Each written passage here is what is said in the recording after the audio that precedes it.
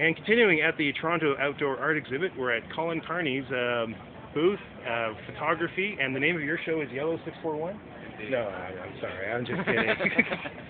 So these are some really lush digital imagery. There's still art people out there not cluing in that digital is the new printmaking, I guess.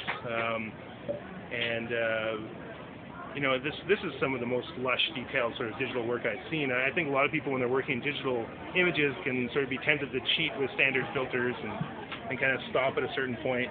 Yeah. They achieve some sort of like effect. But these, I think I could be sitting in front of these for hours and picking stuff out of them.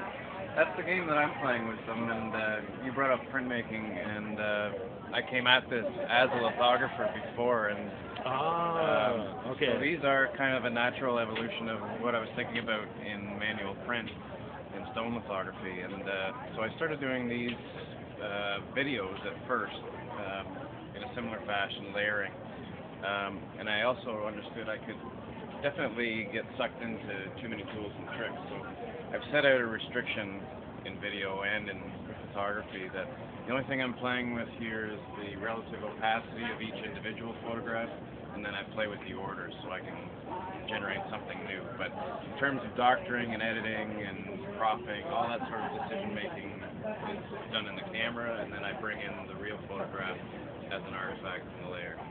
Okay. Yeah, because there's a basic mistrust of the image I find prevalent in Canada as far as my experience goes, but mostly in our society people don't trust photographs anymore ever since Photoshop in a sense. Over the last 20 years you're less and less apt to believe what you're seeing, so when you see something that is so considered and developed like these, it's just kind of relieves you of that stress. Is that making sense? Yep. Well, part of what I'm interested in, and it relates to some of my graduate work, but if I take what's honest about or truthful about the individual photographs and pack them in against each other, I think I'm de-emphasizing what's specific about that image and making some kind of, I think what happens when I collide them together is I'm making an opportunity for a memory to be inserted, and I play this game where I think these open themselves up to be one part documentary and one part a memory evocation, but an unspecific one. It's interesting you brought up truth, because I don't think truth really becomes a jarring issue because they're so, I guess, untruthful up front. 5 of everything, 7 of everything. Okay, yeah. Well, I mean, I subscribe to lots of the Bernard Lonergan theory of creativity, and that is that when something is true, it has the same sensation as memory.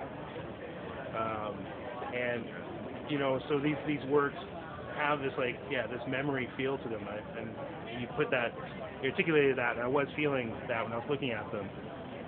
So there is something simple and honest and truthful, and these are like images from my life. I don't know how you got those from my brain, but these are the Siamese twins I have loved in my life. Yeah. But it does have that dreamlike remembering quality to it.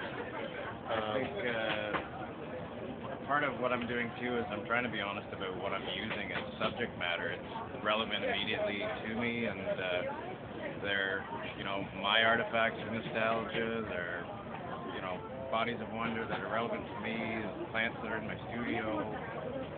So I think I'm also trying to remain honest about what's important in terms of content in my work, and that's been fun to throw out and help people respond to.